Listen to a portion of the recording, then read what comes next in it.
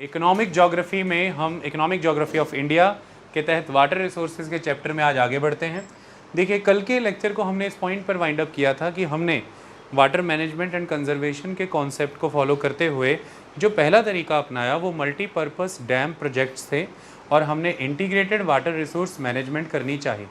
Integrated water resource management हमने इसी context में समझी कि हमने एक डैम से अब मल्टीपल पर्पसेस फुलफ़िल करने चाहे और उन मल्टीपल पर्पसेस में सभी चीज़ें थी, जैसे कि इरिगेशन भी था, हमने देखा नेविगेशन भी, कैनाल यानी कि ड्राई ड्रॉट एरियाज़ में पानी ले जाना, फ्लड को कंट्रोल करना, हमने देखा मछली पालन यानी कि फ़िशिंग जैसी एक्टिविटीज़ भी उसका हिस्सा था और मेजर कंपोनेंट था हाइडल पावर प्रोजेक्शन डेवलपमेंट।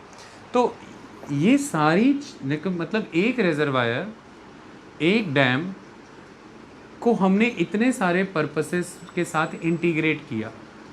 इस इंटीग्रेशन की मदद से हमने वाटर रिसोर्स को मैनेज करना चाहा। ओके, तो मल्टीपर्पस रिवर डैम प्रोजेक्ट ने ऐसे रोल प्ले किया इंटीग्रेटेड वाटर रिसोर्स मैनेजमेंट में, और हमने ये माना कि ये हेल्प करेगा एग्रीकल्चर के मॉडर्नाइजेशन में, जिसके बाद रूरल इकोनॉमी प्रोग्रेस होगी, और रूरल इकोनॉमी अगर प्रोग्रेस हुई तो वो ट्रांसलेट होगी अर्बन इकोनॉमी के प्रोग्रेस में, अर्बन इकोनॉमिक डेवलपमेंट में और इंडस्ट्रियलाइजेशन में। तो हमने इंडस्ट्री और एग्रीकल्चर को इंटीग्रेट किया और हमने रूरल एंड अर्बन इकोनॉमी को आपस में इंटीग्रेट किया। ओके, तो इस तरह से different intended purposes of the multipurpose project integrated थे और इकोनॉमिक डेवलपमेंट का मॉडल भी इंटीग्रेटेड था। हम इस सोच के साथ चले। अब सवाल आता है कि क्या नतीजे निकले, इसको समझना ज़रूरी है। हमने ये तो माना कि जवाहरलाल नेहरू का ये विज़न था कि मॉडर्न इंडिया जो होगा उसका मेन एजेंडा है इकोनॉमिक ग्रोथ करना, इकोनॉमिक डेवलपमेंट क्रिएट करना, क्योंकि लोगों का लिविंग स्टैंडर्ड उसके बिना बेटर हो नहीं सकता था। और उसके लिए उन्होंने इन मल्टीपर्पज़ डैम प्रोजेक्ट्स को टेम्पल ऑफ मॉडर्न इंडिया कह करके पुकारा, मंदिर, क्योंकि व्यक्ति मंदिर शब्द यहाँ पर इसलिए महत्वपूर्ण हो जाता है क्योंकि भारतीय संस्कृति की अगर बात करें, एक इंडिविजुअल, एक पर्सन एक ग्रुप का हिस्सा होता है, एक सोसाइटी का हिस्सा होता है, और वो ग्रुप, वो सोसाइटी कल्चरल ग्रुप या कल्चरल सोसाइटी कहलाती है, और उसके बेस में, उसके सेंटर में उसके कल्चरल एलिमेंट्स होते हैं जिसे डोमिनेट, अगर हम इंडियन सोसाइटी की बात करें तो आप टेम्पल शब्द ले लीजिए। It is dominating the Indian society, Indian tradition, because Indian society is a traditional society. तो जैसे आज दिन तक भारतीय संस्कृति का जो एक मुख्य आधार रहा शक्ति का, विकास का, समाज के लोगों को जोड़ने का, हमारे टेम्पल्स ने मल्टीपल रोल प्ले किए हैं, चाहे वो एडमिनिस्ट्रेटिव सेंटर का रोल प्ले करते हों, चाहे इकोनॉमिक सेंटर का रोल प्ले करते हों, चाहे रूलर को लेजिटिमाइजेशन दिलाने का रोल प्ले करते हों, चाहे समाज के अलग अलग वर्गों को जोड़ने की बात हो। तो जैसे समाज का आधार लंबे समय तक टेम्पल रहे हैं, उसी कॉन्टेक्स्ट में हमने ये वर्ड यूज़ किया कि अब जो मॉडर्न इंडिया है, जो मॉडर्न इंडियन सोसाइटी है, वो एक मॉडर्न इंडियन कल्चर को फॉलो करेगी, और उस मॉडर्न इंडियन कल्चर के कोर में हैं ये चीज़ें, जैसे कि ये डैम, ये आधार बनेंगे आधुनिक भारत का। तो that's why they were the temples of modern India. Okay, तो बहुत तवज्जो दी गई उन्हें, बहुत महत्व था उनके साथ, और मैंने आपको कुछ डैम्स के नाम भी बताए थे। रिज़ल्ट क्या निकले वो जानना ज़रूरी था। देखो, समय बीत जाने के साथ आप ये देखेंगे कि इन जो मल्टीपर्पज़ डैम प्रोजेक्ट्स थे, इनके अगेंस्ट बहुत सारे ऑब्जेक्शंस आने शुरू हुए, और वो किन वजह से आने शुरू हुए। सबसे पहली चीज़, जब हम डैम की बात करते हैं तो हमें ऐसा लगता था कि वो फ्लड कंट्रोल करेंगे, हमने ऐसा माना, लेकिन अल्टीमेटली ये पर्पस सर्व नहीं हुआ, और दूसरी तरफ ये सर्व नहीं हुआ और ये एग्रेवेट भी हुआ, ये बढ़ा। क्यों बढ़ा? उसके पीछे एक रीज़न था। देखिए, जो वाटर इम्पाउंड हो जाता है डैम के पीछे, जो कि एक बड़ा सा फिर रेजरवायर नुमा चीज़ बन जाती है, ये जो रेजरवायर्स थे, इनके बॉटम में सेडिमेंट्स कलेक्ट होने शुरू हो गए, मलबा इकट्ठा होना शुरू हो गया। क्यों? क्योंकि नदी का फ्लो डिसरप्ट हो गया है इस डैम से। जब रिवर फ्लो डिसरप्ट होगा डैम की वजह से, तो नेचुरली सेडिमेंट्स का फ्लो भी डिसरप्ट हो जाएगा, और सेडिमेंट फ्लो डिसरप्ट होने का मतलब है कि सेडिमेंट रेजरवायर में डिपॉजिट हो रहे हैं, और इस वजह से होने ये लगा कि जो रिवर का चैनल है, अल्टीमेटली दिस चैनल, ये चैनल रॉकी चैनल हो गया, मतलब पथरीला हो गया। मतलब सही मायने में जो रिजर्वायर का है उसका पहले बॉटम ये था, अब उसका न्यू बॉटम ये हो गया, इसका नया बॉटम ये हो जाएगा। तो अल्टीमेटली अब इतनी सी ही डेप्थ बची है इसकी, तो इसकी वाटर होल्डिंग कैपेसिटी बहुत हैविली कॉम्प्रोमाइज़ हो गई। जब इसकी वाटर होल्डिंग कैपेसिटी ही कॉम्प्रोमाइज़ हो चुकी है तो ये फ्लड कंट्रोल का काम कैसे करेगा? क्यों? क्योंकि जितनी इसकी पहले वाटर होल्डिंग कैपेसिटी थी वो अब है नहीं।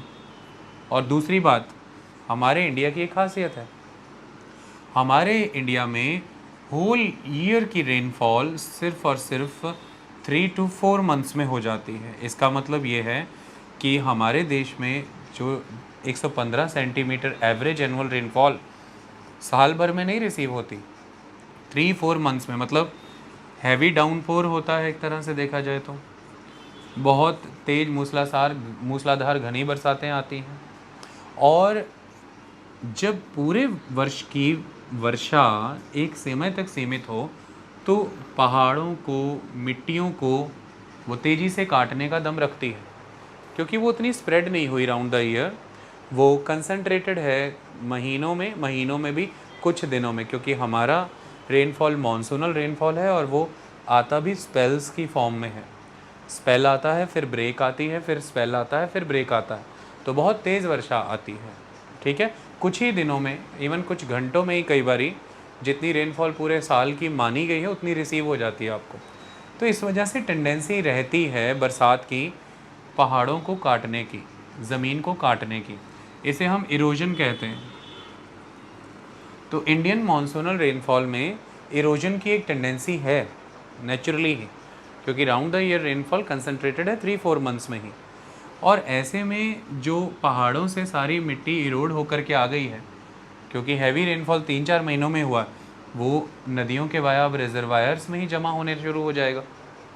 तो हमें ये विचार होना ज़रूरी था और है भी कि हम जो रिजर्वायर्स बना रहे हैं उन रिजर्वायर्स को जो मेन वाटर कंट्रीब्यूट होना है वो साल के 3-4 महीनों में ही होना है। सारा साल होता रहता तो ऐसा होता कि सपोज़ कीजिए कि ये रिजर्वायर है और सपोज़ कीजिए कि ये इसका इनपुट सोर्स है और सपोज़ कीजिए कि ये इसका आउटपुट सोर्स है। तो अगर राउंड द ईयर बारिश स्प्रेड होती तो ग्रेजुअली इनपुट में पानी आता रहता और ग्रेजुअली आउटपुट में पानी उतना खेतीबाड़ी के लिए, सिंचाई के लिए इस्तेमाल होता रहता, तो फ्लड्स नहीं आते, हमें फ्लड गेट्स खोलने ही नहीं पड़ते, चीज़ें सेटल होती। लेकिन अब प्रॉब्लम क्या है, जिस समय में बरसात हो रही है, पूरे साल की बरसात 3-4 महीने में ही हो रही है, उसी दिनों में रिजर्वायर भी भर रहा है, पर उसी समय में बरसात खेतों में भी हो रही है, पहली बात। और दूसरी बात, बरसात बहुत रफ्तार से है, बहुत ज़्यादा मात्रा में इनपुट आ रही है, बट आउटपुट की अभी उतनी नीड नहीं है, तो रिजर्वायर भरने शुरू हो जाएंगे और इतने भरने शुरू हो जाएंगे कि जो डैम का जो स्ट्रक्चर है, उसकी जो कैपेसिटी है पानी को रोकने की, वो उसकी स्ट्रेंथ को ब्रेच करने लगेंगे, टूटने का डर होगा। तो ऐसे में हमें स्पिलवेज ओपन करने पड़ते हैं, डैम फ्लड गेट्स ओपन करने पड़ते हैं, और उसकी वजह से अचानक से जो रिजर्वायर में भरा पानी है वो बहुत शॉर्ट टाइम में, बहुत ह्यूज अमाउंट में जब रिलीज़ होता है, वो इनफैक्ट फ्लडिंग क्रिएट करता है। तो फ्लड्स का खतरा उल्टा और बढ़ गया। आई बात समझ में? तो हमने फ्लड कंट्रोल एक इंटेंडेड पर्पस था मल्टीपर्पज़ डैम प्रोजेक्ट का, वो उतना हो नहीं पाया, उल्टा एग्रीवेट हो गया। दूसरी बड़ी बात, हमारे रिजर्वायर की होल्डिंग कैपेसिटी कॉम्प्रोमाइज़ होती रही, क्योंकि रिवर का फ्री फ्लो ऑब्स्ट्रक्ट हुआ है और ऐसे में रिवर चैनल्स का सेडिमेंटेशन हो चुका है। तीसरी बड़ी चीज़, ये इसलिए हो रहा है क्योंकि बरसात पूरे वर्ष की बजाय 3-4 महीनों में कंसंट्रेटेड है और इतना इनपुट का फ्लो आता है कि उतना आउटपुट मेंटेन नहीं हो पाता, तो रिजर्वायर ऑलरेडी जो सेडिमेंटेड हैं वो फिर बहुत जल्दी अपनी सैचुरेशन लिमिट को रीच कर जाते हैं। तो डैम ना ब्रेक हो जाए, कहीं डिवास्टेशन ना हो जाए, डैम को बचाने के लिए हमें फ्लड गेट्स ओपन करने पड़ते हैं और एक फ्लडिंग क्रिएट होती है एग्रीकल्चरल फील्ड्स में। इतनी बात समझ में आई? तो एक तो ये नुकसान हुआ। अच्छा, दूसरा बड़ा नुकसान क्या हुआ? देखो, हम जब भी वाटर रिसोर्सेज की बात कर रहे हैं तो इस बात को समझना ज़रूरी है कि पॉल्यूशन जब हमने एक फैक्टर के रूप में देखा था, तो पॉल्यूशन जब वाटर रिसोर्सेज का होता है अल्टीमेटली उस रीजन की क्लाइमेट, इकोलॉजी, बायोडाइवर्सिटी सब चीज़ें इम्पैक्ट होती हैं। तो वाटर रिसोर्सेज की कमी होना और उनका पॉल्यूट होना इकोलॉजी को भी इम्पैक्ट करते हैं, दूसरे जीव जंतुओं को भी नुकसान पहुंचाते हैं, वेजिटेशन को, वनस्पति को भी नुकसान पहुंचाते हैं। अब ऐसे में जब हम किसी रिवर के चैनल को ऑब्स्ट्रक्ट करते हैं, उसके पीछे वाटर इम्पाउंड होता है, तो वो पानी उन मैदानों को कवर कर लेता है, उन पहाड़ों को कवर कर लेता है, उन जंगलों को कवर कर लेता है। तो वो प्लेन एरियाज़, वो मैदान हो सकता है उनमें फर्टाइल सॉइल हो और बहुत सारी बस्तियां हों, वहाँ पे सेटलमेंट्स, लोग रह रहे हों, एग्रीकल्चर लैंड हो सकता है वो, वहाँ पर खेती होती थी। चलो मान लो कि खेती ना होती होगी पर वहाँ पर ग्रास उगती होगी तो वो ग्रेजिंग लैंड होगा। पशुपालन तो होता ही होगा, वहाँ पे घास चरते होंगे पशु। इसके अलावा हो सकता है कि वो बहुत ही इम्पॉर्टेंट फॉरेस्ट लैंड हो, वहाँ पर इम्पॉर्टेंट हर्ब्स, इम्पॉर्टेंट टिम्बर और इम्पॉर्टेंट इकोलॉजिकल सर्विसेज देने वाले जंगल हैं। तो ये जंगल, ये ज़मीनें, ये बस्तियाँ, ये घास के मैदान, ये सब पानी में डूब जाते हैं, रेजरवायर के अंदर सबमर्ज हो जाते हैं। ये एक प्रॉब्लम सबमर्जेंस के बाद ये तो करता ही है कि अंडर वाटर स्लोली इनका डिकम्पोजिशन होता है और ये डिकम्पोजिशन ग्रेजुअली पानी को पोल्यूट भी करता है। ये उस पानी को तो पोल्यूट करता है, डिकम्पोजिशन तो होता ही है क्योंकि सबमर्जेंस हो गया उस इलाके का। इतना बड़ा लैंड, एग्रीकल्चरली फिट लैंड या ग्रेजिंग ग्राउंड या फॉरेस्ट लैंड लॉस हो जाता है, पानी के नीचे चला जाता है। ये दूसरा बड़ा नुकसान कि इकोलॉजिकल कॉम्प्रोमाइज़ हो गया। आपने वो सारी चीज़ें ज़मीन के नीचे, पानी के नीचे चली गई, संसाधनों का नुकसान हो गया, जीव जंतुओं का नुकसान हुआ। लेकिन सबसे बड़ी मार जो पड़ती है इन मल्टीपर्पज़ डैम प्रोजेक्ट की, सबसे बड़ी मार जो मेन है वो ये है वहाँ के लोगों का डिस्प्लेस हो जाना। So displacement is very big thing, क्योंकि वहाँ के लोग विस्थापित हो जाते हैं। ये डिस्प्लेसमेंट कई मायनों में लोगों को प्रभावित करता है। सबसे पहली चीज़ जो उनकी प्रभावित होती है वो ये कि उनके इकोनॉमी इम्पैक्ट होती है, उनके एग्रीकल्चर लैंड, उनके फॉरेस्ट, उनके ग्रेजिंग ग्राउंड से सब कॉम्प्रोमाइज़ हो गए, तो इकोनॉमिक बेस ही उनका ख़त्म हो गया। सेकंड इम्पॉर्टेंट आस्पेक्ट उनकी सोशल नुकसान, तो सोशल डिसइंटीग्रेशन हो जाता है। मतलब वो वहाँ पर रह कर के एक गांव के रूप में, एक कस्बे के रूप में परिवार आपस में जुड़े होते हैं, उनमें कई तरह के सोशल एक्सचेंजेस होते हैं। कुछ लोग किसान होते हैं, कुछ क्राफ्टमैन होते हैं, कुछ लोग कई तरह की ट्रेड एंड कॉमर्स सर्विसेज देते हैं। ये उस पर्टिकुलर जोग्राफिकल रीजन में ही इस मैनर में ऑर्गेनाइज हुए होते हैं, तभी ये इस तरह की सर्विसेज एक दूसरे को दे पा रहे हैं। हो सकता है वहाँ पर घने जंगल हैं और उपजाऊ ज़मीन है, तो कुछ लोग फार्मिंग करते हैं, लेकिन कुछ लोग लकड़ियाँ काट करके लाते हैं, फॉरेस्ट प्रोडक्ट्स चुन करके लाते हैं। तो वो लकड़ियों से हो सकता है कई तरह के क्राफ्ट क्रिएट करते हों, कई तरह के इक्विपमेंट्स बनाते हों, कई तरह के टूल्स बनाते हों। पर जिस नई जगह पर इन्हें भेजा जाएगा, हो सकता है वो इतना सूखा प्रदेश हो, वहाँ पर वनस्पति इतनी घनी ना हो, उपजाऊ ज़मीन भी ना हो, तो वो जिसे लकड़ी ही का काम करना आता है और वो लोकली रिसोर्स एक्सेस करता था, उसकी एम्प्लॉयमेंट कॉम्प्रोमाइज़ हो गई और अब वो विलेज को वो सर्विसेज नहीं देगा। दूसरी तरफ विलेज को भी अब उन सर्विसेज की वैसी नीड नहीं है, क्योंकि जहाँ उन्हें सेटल किया गया है या रिहेबिलिटेट कह लीजिए, रीसेटल किया गया है, वहाँ उस तरह की उपजाऊ ज़मीन और पानी नहीं है, तो खेती भी उतनी नहीं होती, तो उतने टूल्स और इम्प्लीमेंट्स की नीड भी नहीं है। तो हम जब किसी एक समुदाय को किसी एक जगह से उखाड़ के दूसरी जगह पर भेजते हैं, हम सिर्फ उनकी इकोनॉमी को नुकसान नहीं पहुंचाते हैं, हम उन्हें सामाजिक रूप में नुकसान पहुंचाते हैं, क्योंकि जो इंस्टीट्यूशंस खड़ी होती हैं वो किसी रीजन से एसोसिएटेड इंस्टीट्यूशंस होती हैं। Social institutions are important. आपने उस भौगोलिक क्षेत्र में, उस जोग्राफिकल एरिया में, उस क्लाइमेट और वहाँ के नेचुरल रिसोर्सेज और वेजिटेशन को देखते हुए सबने अपने अपने ऑक्यूपेशंस चूज़ किए होते हैं, उसी हिसाब से वहाँ की इकोनॉमी बनी होती है और उन नीड्स को सर्व करने के लिए नियम कानून, रूल रेगुलेशंस वहाँ समाज में बनते हैं, रीति रिवाज, त्यौहार, मान्यताएं वैसे ही बनती हैं, सोशल इंस्टीट्यूशंस वैसे ही काम करते हैं। जब हम उन्हें उखाड़ के वहाँ से कहीं और भेजते हैं, पूरी की पूरी इंस्टीट्यूशंस की अल्टरेशन हो सकती है, सोसाइटी अल्टर हो सकती है, बड़े पैमाने पर नुकसान होगा सामाजिक। और इसी तरह से उनके दिन त्यौहार मौसमों से जुड़े थे, पर्यावरण से जुड़े हैं, भूमि से जुड़े हैं, खेती बाड़ी से जुड़े हैं, हमने उनको बड़ा कल्चरल नुकसान पहुंचाया है। तो जब उनकी इकोनॉमी, उनकी सोसाइटी, उनके कल्चर को इस तरह से नुकसान पहुंचाते हैं, हम बेसिकली उनकी आइडेंटिटी को अटैक कर देते हैं। और देश के स्तर पर हम लोकतंत्र की पालना करते हैं। संविधान सभी को समान नागरिक के रूप में देखता है और सभी के पास नागरिक होने के नाते अपने मौलिक अधिकार हैं, फंडामेंटल राइट्स हैं, सभी बराबर हैं। ऐसे में जब उनकी आइडेंटिटी को नुकसान पहुंचता है तो वो ये सवाल खड़े करते हैं कि हमारे साथ ऐसा व्यवहार क्यों। ये हो सकता है कि वो ये मानते हों, उन्हें कन्विंस किया जाता है कि यूटिलिटेरियन कंसेप्ट के तहत आपकी ज़मीन की यूटिलिटी है देश के लिए, आप देश के विकास में योगदान दे रहे हैं, ये ज़मीन आप देते हैं तो हम लोगों को सैलाबों से, फ्लड से बचाएंगे, सूखे से बचाएंगे, या मछली पालन होगा, रोज़गार बढ़ेगा, हम बिजली पैदा करेंगे, आपके बच्चे देश में प्रगति देखेंगे और वो विकास करेंगे, और आपको भी हम रिहेबिलिटेट करेंगे, नौकरियां देंगे, अच्छा जीवन देंगे। तो चलिए इस चीज़ को समझते हुए अपने देश के विकास, अपने भविष्य की पीढ़ियों के विकास के हक़ में लोग ये योगदान देते भी हों, लेकिन जब रिहेबिलिटेशन प्रॉपर नहीं होता, उन्हें ऑक्यूपेशनल अपॉर्चुनिटीज़ नहीं दी जाती, उन्होंने जो कंट्रीब्यूट किया है उसके जो रिजल्ट्स क्रिएट हो रहे हैं उनका बेनिफिट्स उन्हें ना मिलके किसी और को दिया जाता है, तब वो डिसएंचेंट हो जाते हैं और तब वो इस तरह के प्रोग्राम्स की खिलाफत करते हैं।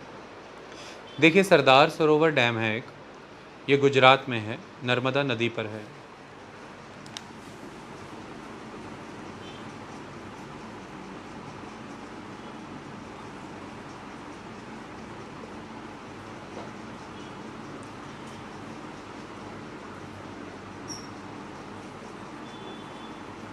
देखिए, सरदार सरोवर डैम प्रोजेक्ट जो है इसका संबंध 4 राज्यों से है।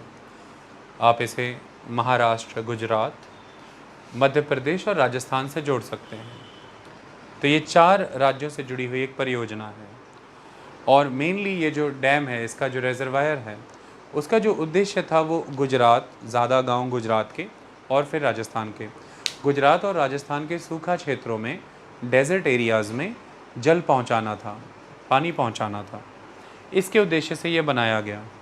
लेकिन मान लीजिए कि इसको बनाने के कारण या नर्मदा नदी पर और भी कई बांध बनाने के कारण जो ज़मीनें डूब गईं, उन ज़मीनों में जो जंगल, जो खेती बाड़ी लायक ज़मीन डूब गई, तो शुरुआत में इसके लिए नर्मदा बचाओ आंदोलन नाम का एक मूवमेंट चला।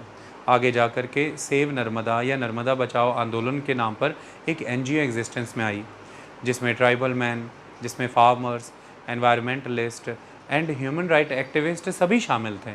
इनको मिला करके ये एनजीओ क्रिएट हुई और शुरुआती इसका उद्देश्य ये था कि एनवायरनमेंट को होने वाले नुकसान, नर्मदा पर लग रहे प्रोजेक्टों के कारण पर्यावरण को होने वाले नुकसानों से सरकार को अवगत कराना और उन नुकसानों को रोकना और इन प्रोजेक्ट्स को होने से रोक देना। लेकिन धीरे धीरे इनका एजेंडा चेंज हुआ और ये पर्यावरण से आगे बढ़े, और जिन लोगों को इन प्रोजेक्ट्स के कारण डिस्प्लेसमेंट फेस करनी पड़ी थी, ख़ास तौर पर गरीब और पिछड़े लोग, इन्होंने उन डिस्प्लेस्ड लोगों के हक़ में कैंपेन चलाया कि उन्हें रहने लायक ज़मीन मिले, खेती के लिए ज़मीन मिले, उन्हें रोज़गार मिले, कॉम्पनसेशंस मिले, और ये कैंपेन बहुत लंबे चले। तो देश भर में आप ये देखेंगे कि इस तरह के कैंपेन्स हुए हैं इन मल्टीपर्पज़ डैम प्रोजेक्ट्स के अगेंस्ट, क्योंकि जिन्होंने अपनी ज़मीनें दी, एक समय के बाद उन्हें ऐसा लगा कि जिस वायदे के तहत उनकी ज़मीन ली गई थी वो वायदे निभाए गए नहीं, वो कमिटमेंट्स फुलफ़िल नहीं किए गए, उनकी अर्थव्यवस्था, संस्कृति, उनका समाज बिखर गया, उनको रोज़गार नहीं मिला, उनका भविष्य, उनके बच्चे पिछड़ गए। इसी तरह से साबरमती नदी इलाके में जो किसान थे, उनको भी ऐसा लगता था कि वहाँ पर जो प्रोजेक्ट्स डेवलप हो रहे हैं उनका लाभ उनको खेती बाड़ी के लिए मिलेगा, सिंचाई के लिए मिलेगा। लेकिन जब उन्होंने ये देखा कि उस पानी का प्रयोग शहरों के जीवन को बेहतर बनाने के लिए किया जा रहा है, उसे अर्बन एरियाज़ में यूटिलाइज़ किया जा रहा है, तो उन्होंने भी इस चीज़ का विरोध करना आरंभ कर दिया। तो इस तरह से एक तरफ तो आपको इन मल्टीपर्पज़ डैम प्रोजेक्ट्स के कारण आम जनमानस का या आदिवासियों का या ग्रामवासियों का या पर्यावरणविदों का, यानी कि एनवायरमेंटलिस्टों का इन डैम के अगेंस्ट एक आक्रोश देखने को मिलेगा। लेकिन दूसरी तरफ इन डैम्स के कारण आपको इंटरस्टेट डिस्प्यूट्स भी देखने को मिले। तो आज देश भर में इन बांधों से रिलीज़ होने वाला पानी, इन नदियों को लेकर के तमाम लिटिगेशंस हैं और उसके लिए ट्राइब्यूनल्स काम कर रहे हैं, जो interstate river water dispute tribunals हैं, हमें वो बनाने पड़े। कर्नाटका का और आंध्र प्रदेश का महाराष्ट्र पर ये आरोप रहा हमेशा से कि गोदावरी कृष्णा नदियों को लेकर के जो कोयना बांध बना है, महाराष्ट्र उससे अधिक से ज़्यादा जल डाइवर्ट कर देता है और फिर जल हमें आगे मिल नहीं पाता।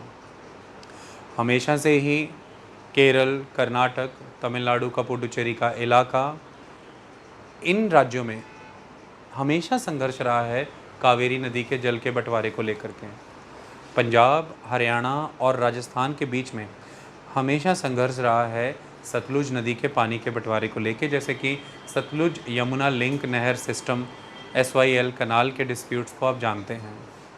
तो कुल मिलाकर के मल्टीपर्पज़ डैम प्रोजेक्ट्स के तहत अंतर्राज्यीय नदियों के पानी के बंटवारे को लेकर के लड़ाइयाँ हैं। अपस्ट्रीम और डाउनस्ट्रीम वाटर कैसे कंट्रोल होगा, इसको लेकर के तमाम लिटिगेशंस हैं। फिर वहाँ से विस्थापित होने वाले समुदायों की अपनी एक लड़ाई है। फिर पर्यावरण को होने वाले नुकसानों की अपनी लड़ाई है। और तेज़ी से हो रहे कटाव, इरोजन, जिसकी वजह से ये रिजर्वायर्स हैविली सेडिमेंट हो चुके हैं और इनकी वाटर होल्डिंग कैपेसिटी कॉम्प्रोमाइज़ हो चुकी है। ये एक अलग समस्या बन चुका है आज की डेट में। तो फ्लड कंट्रोल का पर्पस सर्व करने के बजाय फ्लड्स एग्रवेट हुए हैं और फ्लड गेट्स तुरंत खोल दिए जाते हैं। इनके अलावा कुछ और इकोलॉजिकल नुकसान भी देखने को मिले। देखिए, जब हम नदी के पानी को इस तरह से रोकते हैं तो नदी का बहाव ही नहीं रुकता, उस नदी में पल रहे जो जीव हैं उनका बहाव भी रुक जाता है। जितनी भी एक्वेटिक लाइफ फॉर्म्स हैं वो फ्री स्पेस नहीं ले पाती, वो इस बांध के आगे नहीं जा पाएंगी। और एक्वेटिक लाइफ फॉर्म्स को सर्वाइव करने के लिए फ्री मूवमेंट की नीड होती है। ख़ास महीनों में, ख़ास समय के दौरान अपने अंडे देने के लिए, जिसे स्पॉनिंग कहते हैं, उन पीरियड्स के लिए उन्हें ख़ास ग्राउंड्स की ज़रूरत होती है, द ब्रीडिंग एरियाज़, जहाँ पर वो स्पॉन करते हैं। और इसी तरह से एक्वेटिक लाइफ आगे मल्टीप्लाई होती है। लेकिन जब हम उनकी फ्री रेंज को रिस्ट्रिक्ट कर देते हैं, नदी के बहाव को रोक देते हैं, तो ना तो मिनरल्स प्रॉपर एक्सचेंज हो पाते हैं अपस्ट्रीम और डाउनस्ट्रीम के बीच में, और ना ही ये ऑर्गेनिजम्स और फिशेज़, मेनली आप मछलियों को मान के चलिए, आगे पीछे जा सकते हैं। इस तरह से उनकी ब्रीडिंग एक्टिविटीज़ हिंडर होती है, वो थ्रेटेंड होते हैं और जल जीव तेज़ी से ख़त्म हो रहे हैं। तो आपने बहुत से एक्सटिंक्शन सुने होंगे, बहुत से कारण हैं, लेकिन एक कारण नदियों के बहावों को रोका जाना भी है। अपस्ट्रीम पानी बहुत ज़्यादा हो गया है रेजरवायर के पीछे, और डाउनस्ट्रीम पानी का बहाव बहुत ज़्यादा कम हो चुका है, ये भी नुकसान का कारण है। ओके, इसके अलावा और भी चीज़ें हुई। देखिए, मल्टीपर्पज़ डैम प्रोजेक्ट्स बनाने की वजह से ये हुआ कि आपने रेजरवायर्स के आगे के रिवर के चैनल्स जो हैं वो राउंड द ईयर ऑलमोस्ट, अगर मानसून सीज़न को मैं छोड़ दूं तो बाकी 7, 8, 9 महीनों के लिए उन चैनल्स को डिसफंक्ट कर दिया। आप यहाँ से ब्यास जाते हैं तो आप ब्यास नदी क्रॉस करिए किसी भी पुल से, चाहे आप उसे क्रॉस करिए टांडे की साइड से या ब्यास शहर की साइड से, आप सतलुज को क्रॉस करिए कहीं से भी, आप एक चीज़ पाएंगे कि क्योंकि पानी पीछे रोक लिया गया है बांधों पर, तो तमाम नदी का चैनल जो है वो सूख जाता है। इसकी वजह से भारी पैमाने पर किसान नदी के चैनल में खेती करता है। वो धान लगाता है यानी कि पैडी, और वो गन्ना लगाता है, क्योंकि इन दोनों को एलुवियल सॉइल मिलती है। क्योंकि जब नदी बह के आती है पहाड़ों से तो अपने साथ हर साल एलुवियल मिट्टी लेके आती है। इन नीचे पानी वाले इलाकों को बेट का इलाका कहते हैं पंजाब में, इस अ बेट एरिया। ये ज़मीनें बहुत सस्ती होती हैं, इवन नदी का ट्रैक्ट भी आप यूटिलाइज़ कर लिए तो फ्री में ही होता है। आपका बीज का, खाद का, इन चीज़ों का खर्चा आता है। हिम्मत है आप में, ट्रैक्टर सामान है तो जाइए खेती करिए। तो आप देखेंगे रिवर चैनल में गन्ने उगाए रहते हैं, चावल उगाए रहते हैं। और आप देखेंगे कि उन फ्लड एरियाज़, नेचुरली अगर देखा जाए तो रिवर का वो फ्लड एरिया है। जब भी नदी में पानी बढ़ेगा मानसून या किसी कारण से, नदी का पानी उन इलाकों में जाएगा तो आप देखेंगे कि इसी के निकट लोग घर भी बना लेते हैं। तो फिर होने ये लगा कि जब सेडिमेंटेशन होने लगा इन रिजर्वायर्स का और बड़े पैमाने पर जो रेनफॉल है, मॉनसूनल रेनफॉल, वो अनसर्टेन और इरेटिक होने लगा, इरेगुलर होने लगा, उसके स्पेल्स बिगड़ने लगे, तो डैम्स जब हैविली ओपन किए जाते हैं, वो सभी लैंड जो उस एरिया में क्रिएट किए गए हैं, जो कि रिवर का ओरिजिनल चैनल है, वो अल्टीमेटली फार्मिंग ब्रेच हो जाती है, वो फसलें बर्बाद हो जाती हैं, वो घरों को नुकसान होता है, मवेशी भी मारे जाते हैं। इस तरह से फ्लड से लोग ज़्यादा प्रभावित हो रहे हैं, जान और माल दोनों का नुकसान हो रहा है। आई बात समझ में? अगला बड़ा कारण ये है कि हम जब इस तरह के स्ट्रक्चर्स क्रिएट करते हैं, जैसे कि डैम, तो डैम अपने आप में एक इंटीग्रेटेड प्रोजेक्ट होता है। आप उसके आसपास एक हाइडल प्रोजेक्ट लगा रहे हैं, आपको कंस्ट्रक्शन साइट क्रिएट करनी है, हाइडल प्रोजेक्ट इंस्टॉलेशंस लगानी है, आपको कंबाइन एरियाज़ क्रिएट करने हैं, यानी कि वो दैट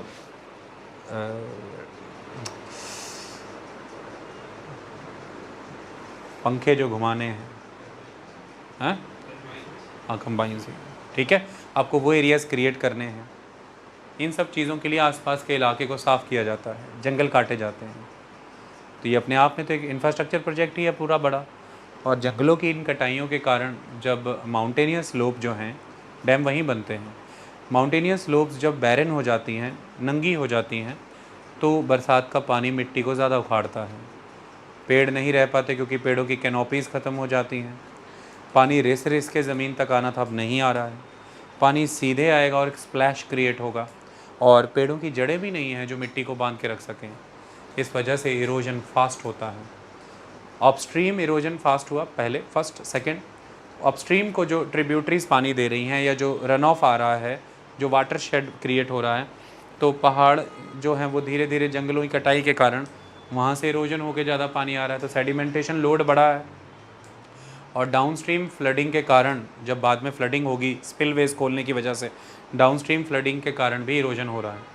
तो ये ओवरऑल इरोजनल प्रोसेस जो आज मल्टीपर्पज़ डैम प्रोजेक्ट से जुड़ा है, ये हमारे ऑलरेडी केमिकल फर्टिलाइज़र से डिग्रेडेड, ऑलरेडी पेस्टिसाइड से डिग्रेडेड लैंड, और ऑलरेडी मॉइस्चर उड़ जाना, क्योंकि ग्राउंड वाटर टेबल्स कॉम्प्रोमाइज़ हो रहे हैं, तो सॉइल मॉइस्चर कॉम्प्रोमाइज़ हो रहा है। ऑलरेडी इन कारणों से डिग्रेडेड लैंड को और डिग्रेड करता है, क्योंकि अपर फर्टाइल सॉइल एरोड हो जाती है, तो फर्दर और डिग्रेडेशन है। इसलिए किसानी परेशान है, फार्मिंग कम्युनिटीज़ आज की डेट में परेशान हैं।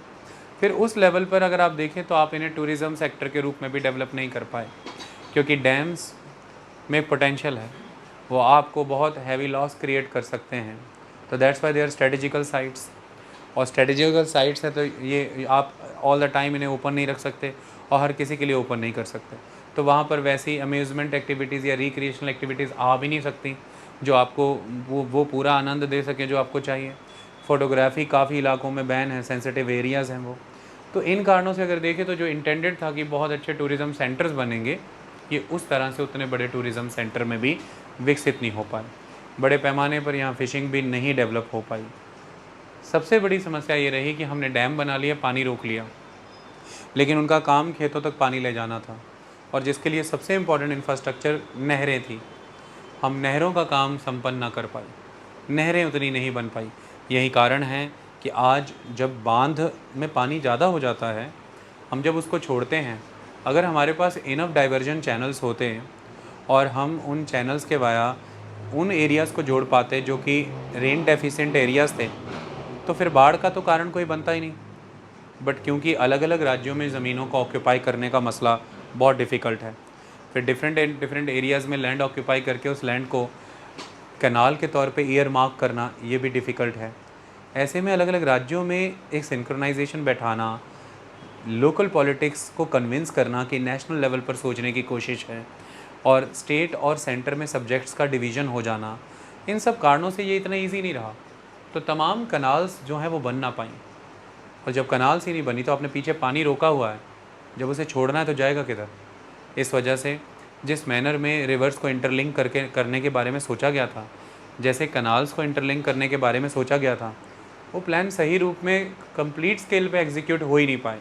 इस वजह से भी आज मजबूरी फिर ये हो जाती है कि जो चैनल्स ऑलरेडी हैं, हमें रेज्ड वाटर उन्हीं में छोड़ना पड़ता है, और वो फ्लडिंग का कारण बनता है। सो मोटा माटी मल्टीपर्पज़ डैम प्रोजेक्ट जिन मोटे मोटे रीजंस की वजह से लाया गया था, ये उतना लाभ दे नहीं पाया। और दूसरी बड़ी बात, ये जिस तरह से पानी ने